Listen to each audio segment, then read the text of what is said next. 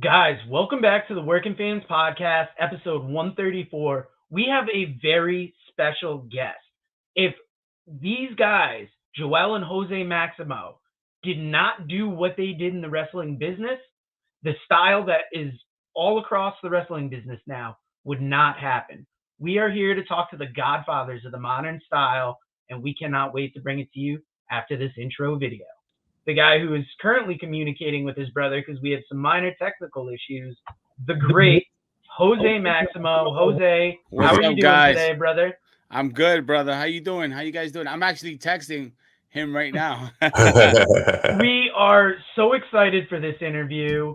Me And too. I mean, like I said, the style that is so popular now would not be around if you guys didn't break that ground years ago. And I know Dave has some questions, so I don't want to hold him back. Yeah, I mean, so you guys set the style, but like, who influenced you? You guys were obviously fans. Who were the guys you looked at? I mean, for me, we had a variety of guys. We watched a lot of Japan stuff, early '90s.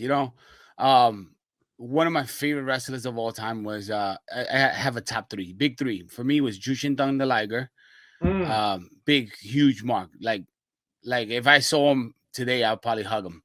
I loved Hayabusa and Owen Hart, believe it or not. I loved Owen, bro. In Japan days, he's the man.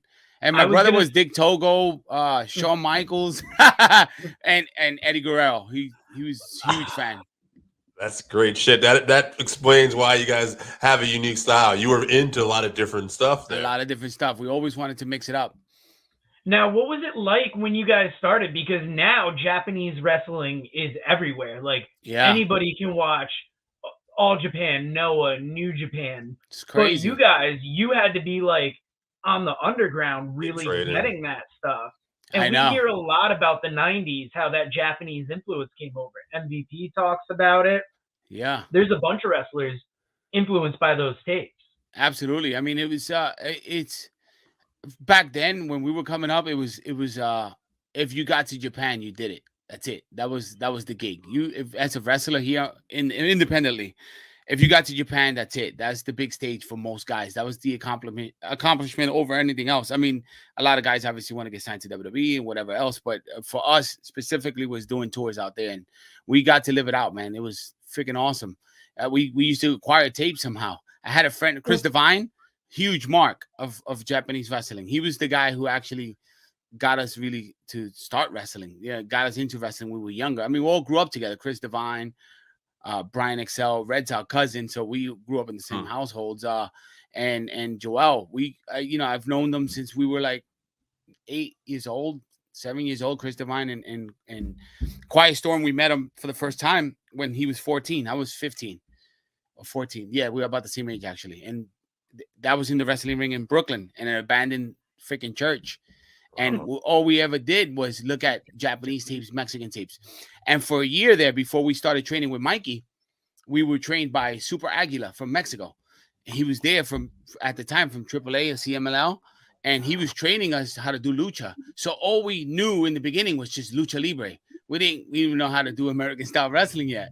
It was weird. It was a weird transition because we started to do lucha, and then eventually that's when we started to train with Mikey at the House of Hardcore, HWA at the time.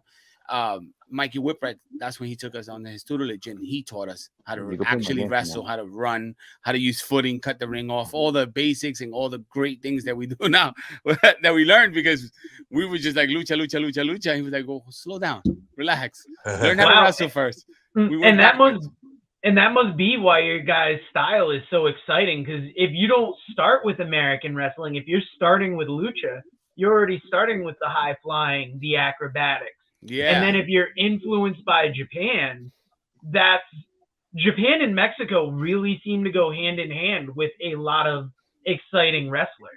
Yeah, it's crazy because you can mix it up. I mean, for me personally, Japanese wrestling, and you guys know, I mean, Kenta Kobashi. Right. I'm a freaking mark of him. It was all Japan days, New Japan days, Pro Wrestling Noah, you name it. Like we watched it all from what was it? Michinoku Pro with Taka Yeah, Michinoku. Great Sasaki. Dick Togo. Joel used to love Dick Togo. That's his idol, his hero. He broke his ankle at the Manhattan Center with the Spanish That's another Fly. story. But That's that's a another whole different story. story. But that's one of those things. We were marks of all kinds of wrestling, bro. So I mean, we still students of the art. We love to watch and learn and see how the guys. But the thing that we're sticklers for is not to do what they did. Just do our own shit, make up our own moves, make up our own things, leave a stamp. That's what we were aiming, and look, it's turning out to be all right. Yeah. I mean, quite a comeback. We'll get to that, but I mean, you guys, you're training with like Mike Awesome and Mikey Whipwreck. I mean, these ECW standouts. And then the Mike Awesome thing. I don't know how that rumor. Mike Awesome was a great friend. Mike Awesome was fantastic. We shared locker rooms with him up and down the East Coast, but we never trained with Mike Awesome ever. Oh, wow. I mean, we've gotten beat up by Chris Chetty. And Taz and Mikey Whipwreck beat the shit out of us, but that's it. That's it. Actually, not even Taz. It's just Chris Chetty and Mikey Whipwreck. Well, Chris Chetty just used to come by and whoop our ass every now and then. And Roadkill, which just passed by. We were terrified. But other than that, it was Mikey Whipwreck. It was our only and sole trainer besides Super Aguila that we trained with for a year. What was it like training with Mikey Whipwreck? At first, it was. I think, and if anybody else goes through the training we went through, they'll quit wrestling. I'm not even kidding. I guess, since we were the last guys there at the ECW House of Hardcore, I guess they had a thing, to see if they could break us. Almost did a couple of times. A couple of times we stood in front of the building, and me and my brothers would be talking like, "Damn, should we go in? Should we even go in there today?" And they'll just make an example. Like, for example, one time, Chris Chetty, I love you, bro, but it has to be said. One time, we were training. Chris Chetty came in and he was mad at something. Something wasn't going to happen at the ECW pay-per-view that Friday, and he slammed his phone against the wall. You remember that, Jose? Yeah. And then he started whipping you off and clotheslining you, remember? Yep. So my brother's lips just started gushing blood. Then I'm in the corner holding on really tight. I'm a student. And these guys are superstars, and I can't say shit because I'm next. And but I held that, man. I held that in, like, oh man, one day we're gonna get in the ring. I'm gonna pay you back for what you did to my brother, And we got to wrestle him plenty of times, and he kicked our ass anyways. But it was hard. It was hard. They used to make us build the ring, put it in the truck for the ECW shows, then take the shitty ring, put it back, and then go home, not even train. Then come back the next day. We'll do like how long we'll do, like an hour and a half of squats and climbing chairs. Mikey had a specific program. It would break you. It was like 3 hours before we even hit the ring. And I think we didn't touch the ring for 3 months. Legit. Training with him was probably the best wrestling experience of my life. Like, he's the man. Mikey Whipwreck, I'm telling you, he's the GOAT. He's the man. In my eyes, he's one of the best wrestlers of all time. One of the most underrated wrestlers of all time. I think he should go on every Hall of Fame and be praised. You know what I mean? He's the man. Well, I imagine he's got to be in that next indie wrestling Hall of Fame class when that comes around next year. Joe, he has to, Joe, because if you look at TV from anywhere from AEW to NXT, you see all of Mikey's students. Zack Ryder, us, Red, the whole half of the whole what are they called, the scary guys from AEW? Oh, the Dark Order. Yeah, half of them are Mikey students. Yeah, right. John Silver, Alex Reynolds, the list goes on, bro. What's their names? The ones that rap. The Acclaim, Max Caster, and Anthony Bowens. Yeah, I also came out of that same line of Zack Ryder and Kurt Hawkins, which are Mikey students, so it's just spread out. Mikey Whipwreck students are all over wrestling. Wow, so you guys are part of like an elite alumni of just... We were the first 5. We're the first. Bro, there was like 16 students that went to his school, and it's us 6 lasted at the end. It was Chris Devine, me, Red, Quiet Storm, and Brian Excel and Joel. That's it. Oh, and Shane. Yeah, Wayne. Shane, he's the owner of NYWC. So from 01, we went to World Japan. So we signed a deal with them for a year. It was a great deal, and it was through Tiger Hattori. The owners were Takao Mori, Ricky Shoshu, and Tendru. Right? They were the main owners of the company. No, it wasn't Teru. It was this guy, Power Warrior. I forget his name again. Kensuke Sasaki. Kensuke So Sasaki. Kensuke Sasaki was the part owner with Ricky Choshu and Tenru. They had we were so yeah. We got that deal through Tiger Hattori. We were in TNA at the time. We were signed to TNA. It was like we were benched for about 3 months. You know, like they had us on the sideline. They had nothing for us, and I saw that everybody else was going to Japan. Homicide, AJ Styles, Chris Harris, and what's his name, man? Cowboy James Storm. They all started going to Japan. So when this deal came to our table, we told my writer and them to see if they'll let us go for about a month, and they told us no, that they had plans. So we waited. Then the second time came around, and me and my brother were talking. And we're like, if we go, it's the end of TNA. That's exactly what happened. We looking at each other. The money was insane. I'm talking insane. I was like, damn, man. Like, I'm over here 22 years old. You know, I'm like, what do I do? So we ended up leaving. We ended up leaving. Well, by the time the first week that we left, MLW got really pissed off because we canceled shows with them, and TNA got really mad. So they sent us our releases at home by the time we got home, and that was it for TNA. That was the case. We went to Japan over TNA. Well, we ended up going to Dragon's Gate next. We ended up doing Hustle. We ended up doing a All Japan show, and then we went back to 01. So we did a lot in Japan for 9 years. Now, what were the early TNA days like for you guys? It sounds like it was almost like for anybody. It was like kind of middle of the road. It was some exposure, but they didn't really know what to do with you. And it sounded like it was almost the springboard to your Japan career, which is where your hearts fly. I feel like I got to give more credit to Ring of Honor. I feel like Ring of Honor really put us out there, you know, which was up and coming. Which we did the first show. We actually told. I said this. I'm gonna keep saying it until they come to me. The first time Ring of Honor was even announced, we were on. They did a video of us, the art video. Remember, art video used to record and record. Yep. So they used to do on the road with Super Crazy, on the road with Tajiri, on the road with whoever it was. So he wanted to do on the road with S.A.T. and do a little American tour, Puerto Rico, etc. So we did. We were like, all right, let's do it. Let's record the whole trip. Let's record on the way to the shows. They got it out. So during that trip, that's when we approached Ralph Feinstein. We're like, why don't you just start a promotion? Yeah. And he was like, oh, I don't know. I was like, dude, you know, every single wrestler, you're dealing with every single wrestler, every single day, promoters, promotions, venues. ECW, the whole ECW. Start a promotion. ECW it's already collapsed at the time. I'm like, so why not start a promotion and see what happens? And sure enough, he was like, you know what, bro, we're starting a promotion. It's going to be called Ring of Honor. We're like, you know what, though? Don't do again, this is what we always did. Don't do what everyone else is doing.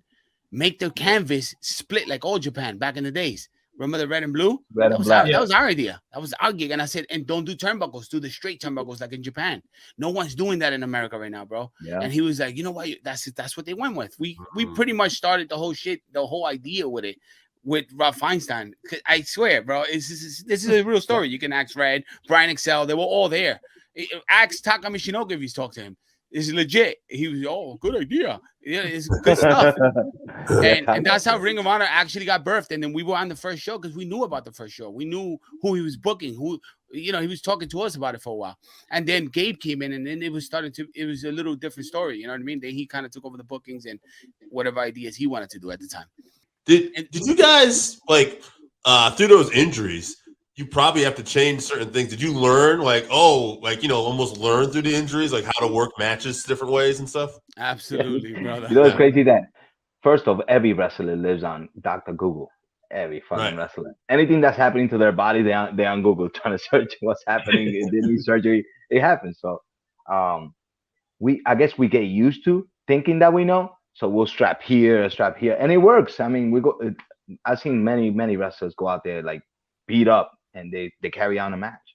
and then they can't walk, but it's crazy. They carry out the match. Samoa Joe is one of the craziest, Joe.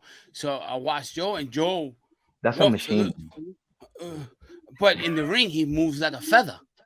Yeah. Like, holy snap. Homicide kind of does the same thing. Yeah. These are all beat up. How much like Yoda? Yeah, he is. You see him outside, he can't hardly move, walk, and then in the ring, he's like, he's amazing. It's crazy. I don't know what it is. It just turns on. In the Northeast, we grew up on that WWE style, which is it's a style of wrestling, but it's not as exciting as NWA wrestling. It's not as exciting as It's so funny because WWF was making all this money at the time, and I grew up on WWF, so it's not a knock. But like my favorite time, like some of my favorite early shit in wrestling, like I mean, not counting like when I first got in and Piper broke the coconut over Jimmy Snuka's head, but like later on, like Terry Funk, Ric Flair, 1989, like that wasn't even one of the most profitable years for them. But I love that fucking wrestling. The Steiners are starting to come up. The Road Warriors you still have. I used to love tag team wrestling. Tag team wrestling bro. at home was crazy for us, bro. Like we thought we were the Rockers. We used to love the Rockers. We used to love the high flying shit because we were smaller guys. So we're like, that's the smaller guys. I mean, they were 6'1", but that's the smaller guys. You know, Shawn Michaels and him. We used to love Legion of Doom was crazy, bro. Seeing these guys, they were superheroes. You know, Ultimate Warrior. But once we got put on to Japanese wrestling, we're like, who? WWE who? Right. WWF who? Misawa. We're talking about Kobashi. We're talking about freaking what's the guy with the yellow patch? I forget his name again. No teeth. Kawada. Freaking craziness, bro. Tenru that we met, that we wrestled, like our heroes. Choshu, that was my brother's one of his heroes. He wrestled him one-on-one. This is madness. What's happening? It's not supposed to be happening, right? These are the freaking guys that shaped our careers for real. Because I got to wrestle. Thank God. I mean, we wrestled everybody. I'm talking about everybody. You name it, we wrestled them. But in Japan, I got to wrestle Dick Togo, which is one of my idols. I got to wrestle Ricky Shoshu, which is insane. Me and my brother wrestled Kensuke Sasaki and Steve Madison from Florida. You ever heard of Steve Madison? Blue Eyes. Name sounds familiar. He's the indie guy for a while. He was amazing. I mean, in Japan, he was like a superstar. The kid was 20 years old. He had like a Mike Verna body, and he was blonde, blue eyes. He was like a god over there, that kid. So they tagged him with like Kensuke Sasaki. He even won belts with them, titles over there in Japan. And and I got to wrestle, and of course Eddie Guerrero is one of our idols, and we got to open a relationship with Eddie Guerrero and Chavo and Hector and Chavo Classic. They became mentors kind of to us, you know. So I got to wrestle a lot of my idols. Eddie Guerrero was one of the top ones. Like we became like friends. Like he wrote about mentioned that in his book. Beginning. Like in the book, you're writing about us in your book, bro. Like that's you know what I mean. Like it's crazy. That's cool. Eddie, bro. Eddie's the man. God bless his soul. But it turned out to be crazy like that, bro. Japan was really fun. Our last tour, I think, was Toriman, right? In Japan. Our last tour was Toriman. We toured with Dragon's Gate. Sorry, Dragon's Gate. We toured with Generico at the time. Pac. The Human Tornado. Jack Evans, right? We were all there, bro. We were all there. Those must have been some insane shows, bro. We were lighting the house up every That's day, when Human Tornado broke Jack Evans' whole face. Last day on tour. Broke his whole cheekbone caved in. He had to stay in Japan. He couldn't fly. Yeah, surgery. He stayed in Japan for like 3 months. It was bad. That's wild. Yeah, the shit you don't hear about, right? It's crazy. Human Tornado with a super kick. You had, Jack Evans. Yeah. The shit he was doing, and then all of a sudden, a super kick is what takes you out that day. What? What was that? I remember that with RVD, like when he broke his leg. It was like on a baseball slide or something. Oh, nasty. Like, Liger broke his leg. Remember when Liger did the slide and broke his leg in half? I broke my ankle doing an Asai Moonsault against the Briscoe brothers on the MCW match. I did an Asai Moonsault. I hit the guardrail, and my ankle felt like my whole leg got swollen right away. That's one of the days that Jose picked up the slack, because as soon as I slid in the ring, we were supposed to do this double team, and he was like, "Get up," and I'm like, "I can't. I think I broke my ankle." That was it. I broke my ankle. They had to cut my boot out of my out of my leg. Yeah. Damn. Now, guys, thank you very much for joining us. You've been more than gracious with your time. We don't want to keep you. I got one more question. Hold on. I just want to what are you guys excited about? What are you most excited about coming up? And also anything you want to promote?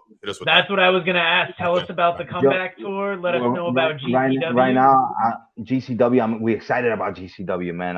GCW is doing freaking fantastic stuff. I think they're the next. They're the next up to me, you know. And I feel like they already are. They're already that company. Yeah, and to put us on our first match day against the Briscoe is it's really cool, you know. I'm looking forward to that. I'm looking forward to big time wrestling and wrestling the Briscoes and beating the Briscoes. There's no freaking way we're gonna lose that match and not wrestle the Hardy Boys. They gotta really drag us out of that ring, bro. That and NYWC Hall of Fame Psycho Circus is February 28th. Yeah, the NYWC is our home. HWA, my brother is playing HWA to you guys. It was like right off the House of Hardcore closed, and then Mikey Whipwreck went with Paul Oria from ECW, the original Giant Killer. Okay. Yeah, he had the school in Long Island, and it was called HWA, a promotion. They used to do really, really well, and they're doing a Hall of Fame on the 28th of this month. Dude, I'm bad at dates. I'm sorry. 26th, February 26th is the Hall of Fame. And they're putting all the HWA guys in there. Tony Nese is going to be inducted to the Hall of Fame because that's his school. He came from there. And me and my brothers, which is cool. And then we're wrestling Audacity. These kids, they used to go to shows, the HWA shows about 20 years ago and watch me and my brother wrestle. And now they're going to wrestle us that day, which is a big deal for them in school. Now that's awesome. Do you guys have anything else to promote? Yeah. Anything you want the guys to find you on? Jose, expect the unexpected, Jose. That promotion is gonna be the deal, bro. ETU Wrestling. You ever heard of it? ETU Wrestling? Is that the one you guys shared today? It's gonna be on IWTV, I want to say in the next couple of weeks. No. That's the promotion that brought us back. Okay. We decided to go there for tons of reasons. You know, the publicity is it's a fresh company. And they allowed us to go in there and do what we do. You know, we had this whole Spot Monkey thing going on with my monkey, so everything's looking great. And they gave us the opportunity to do what we wanted to do, so we went there. And now that I see where they're going with everything, wait till they announce our match. It's gonna be crazy. It's crazy. Wait till they announce everything to go.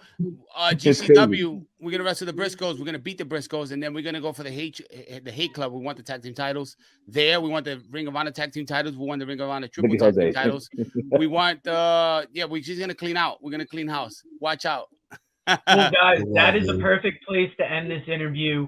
We want the S.A.Ts to get the titles that the industry said that they never needed. These guys are over, but they deserve all of the gold. Thank you, Dave. Thank you, boys, man. Y'all have us back after we win the belts. Yeah. Oh, 100%. With my little brother Will. With my little brother Will. It'd be nice. 100%, guys. We would love to have you Jose, back. I'm a big old school Scott Steiner mark too, man. So love Scott Steiner. That's one of my favorites, bro. I love that guy. Yeah. Especially the old tag version when he was doing shit. Everybody's like, what? Bro, they didn't even know what was going on. They're like, what is happening? I know where he got it from. He's doing that Japanese stuff. I'm telling you, bro. These are the guys that shaped us. I forget so many great wrestlers, bro, that sometimes you forget. You think of old school wrestlers, bro. You know, these guys are fantastic. Even Ted DiBiase was the man. Oh, yeah. And people slept. I was going over spots with my brother the other day. His placement, his footing was freaking sick. Bro. I was like, yo, this guy was the man. That's why he was there, though. And you know, at the time, most people loved the Ultimate Warrior, Hulk Hogan. Sure. All right, the over guys, right? But these are the guys we used to watch. For some reason, we were attracted to the Bret Harts and the Owen Harts in WWE because we started to learn about real wrestling. I'm not saying the other stuff is not real wrestling, but, you know, we're marks of the art. Yeah, when you get to see real work rate in the ring, that's what gets your heart going as a wrestling fan. I know. And it's hard once you start wrestling and become a wrestler and you know wrestling. It's hard to watch wrestling, bro. It really is, because now you find yourself, instead of enjoying it, you're critiquing it and you're that sucked. Oh, that sucked. Oh, he blew that. And you're like, dude, just enjoy it. Like when we went to the GCW show, it was cool because my favorite match in the whole night was Zack Ryder. I was marking out. I was like, I think Zack Ryder's my new favorite wrestler because, bro, we've seen all like they killed it. most of the matches are crazy. They were awesome, but I just like the old school. I don't know, and we don't even do that type of shit. We do the high flying crazy shit. But I don't do that just shit love no that more. match. Yeah.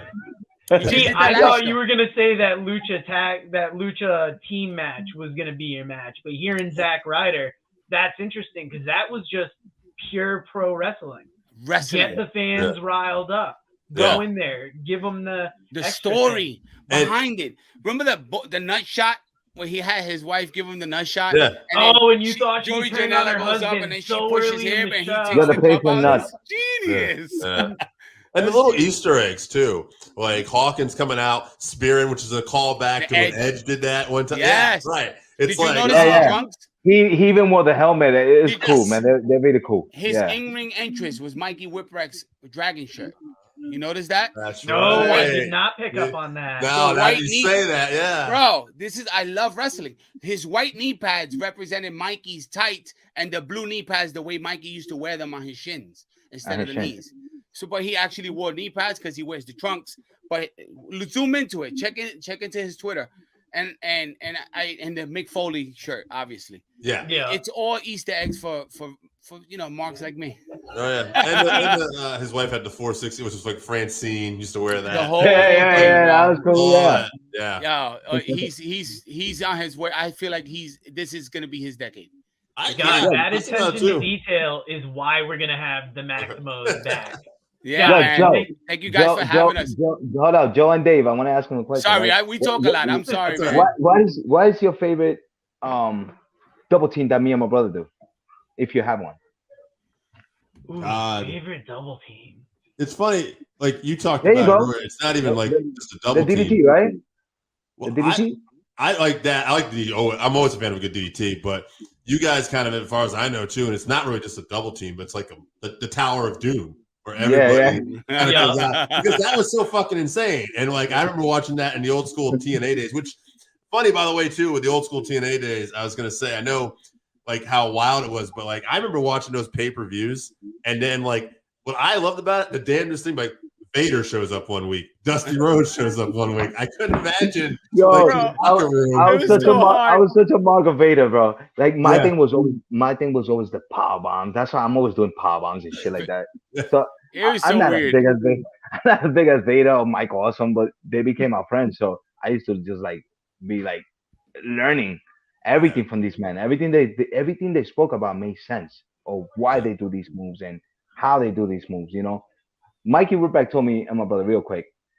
We went to do a CZW. We talk a lot. I'm sorry. CZW show. CZW show. We had the Briscoes because me and Red. Jose couldn't make it to the first show, so Red took his spot. So it was me and Red versus Jay and Mark. I couldn't wrestle. I was too young. That was the first time. That was the first time. Hold up. That was the first time we ever met the Briscoes ever, and we clicked right on.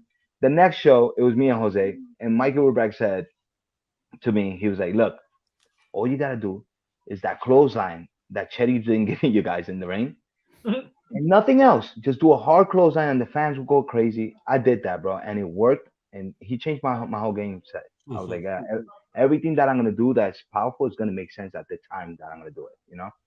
And if I can do it, because sometimes guys ain't there.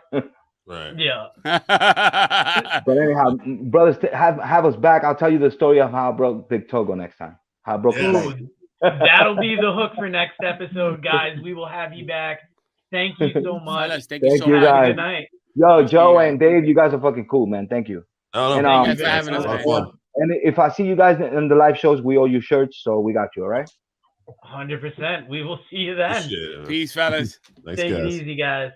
Fans, welcome back for Working Fans Music Cast, episode 3. And today we have a band that I'm very excited to bring on when the Deadbolt breaks.